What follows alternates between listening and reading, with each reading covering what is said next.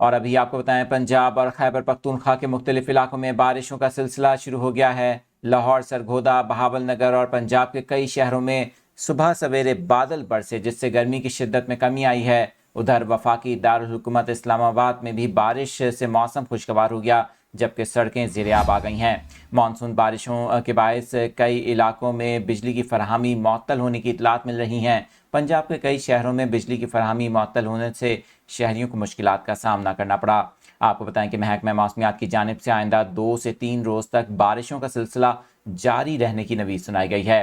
ادھر لاہور ایئرپورٹ پر بارش کے باعث مختلف پروازوں کا شیڈیول متاثر ہوا ہے۔ آپ کو مناظر دکھائے جا رہے ہیں۔ پنجاب اور خیبر پختونخوا کے بھی چند مقامات پر بارش سے موسم خوشگوار ہو گیا ہے۔